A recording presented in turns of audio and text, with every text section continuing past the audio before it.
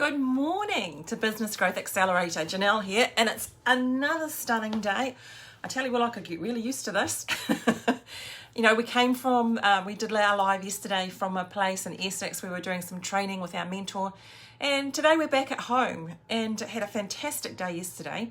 In fact, while we were on, just let me tell you though, we've got, we come to you every morning, 5 days a week, bringing you simple strategies, serious business owners who want really solid results. And that's the aim of what we want to do on this Business Growth Accelerator, is just give you some simple strategies to put in your business. Now that's a ton of strategies over the year, but if you implemented just 10% of those, imagine what your business might look like. It's worth considering, isn't it? Anyway, we were stuck indoors yesterday and that beautiful day that we had, but we had some really good pictures from a client of ours we've been working with. And they were pictures of them jet skiing, which was absolutely fantastic because they'd managed to take the afternoon off from work, head out with their toys and go and play.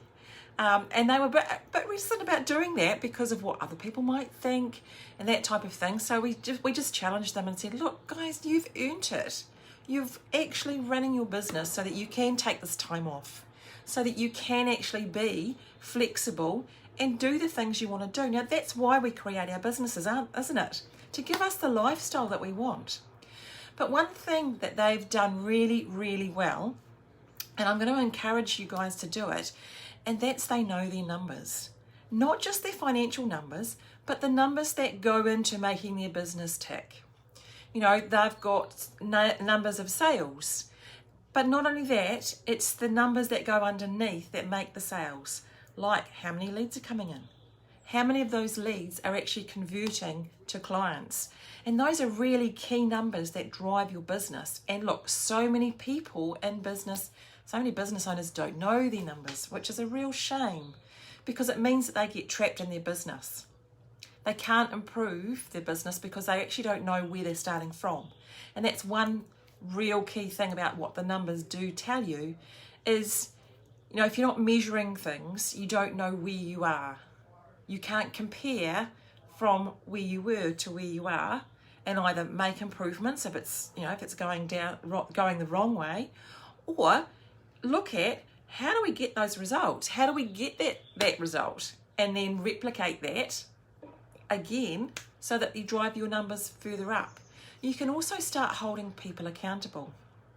Now, it was really interesting. We were in a training on Monday with some new clients, and they have done an amazing job. They've got a spreadsheet for KPIs for the branches in their business.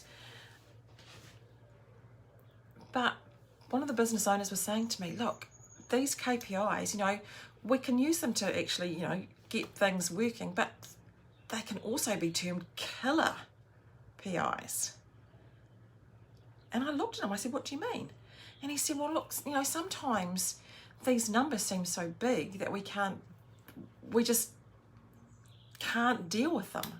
And I said, oh, that's about, yeah, you're right. They can, when you're striving for big numbers, it can actually kill the performance rather than driving it. And I said, but what you've got to do is actually break them down to small bits. So you're taking baby steps all the time towards them.